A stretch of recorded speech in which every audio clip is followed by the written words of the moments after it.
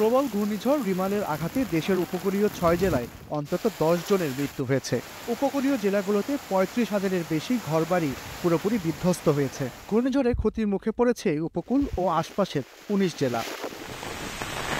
এগুলো হলো সাতক্ষীরা, খুলনা, বাগেরহাট, ঝালকাঠি, বরিশাল, পটুয়াখালী, পিরোজপুর, বরগুনা, ভোলা, ফেনী, কক্সবাজার, চট্টগ্রাম, নোয়াখালী, লক্ষ্মীপুর, চাঁদপুর, নড়াইল, গোপালগঞ্জ, শরীয়তপুর ও যশোর।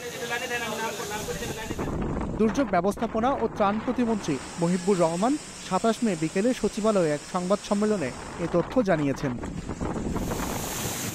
ঘূর্ণিঝড় রিমাল ২৬ মে রাত ৮টার দিকে মংলার দক্ষিণ পশ্চিম দিক দিয়ে পশ্চিমবঙ্গ উপকূল ও বাংলাদেশের খেপুপাড়া উপকূল অতিক্রম শুরু করে। এ ঝড়ের প্রভাবে জলোচ্ছ্বাসে উপকূলের অনেক এলাকা প্লাবিত হয়েছে, ভেসে গেছে বহু মাছের ঘের।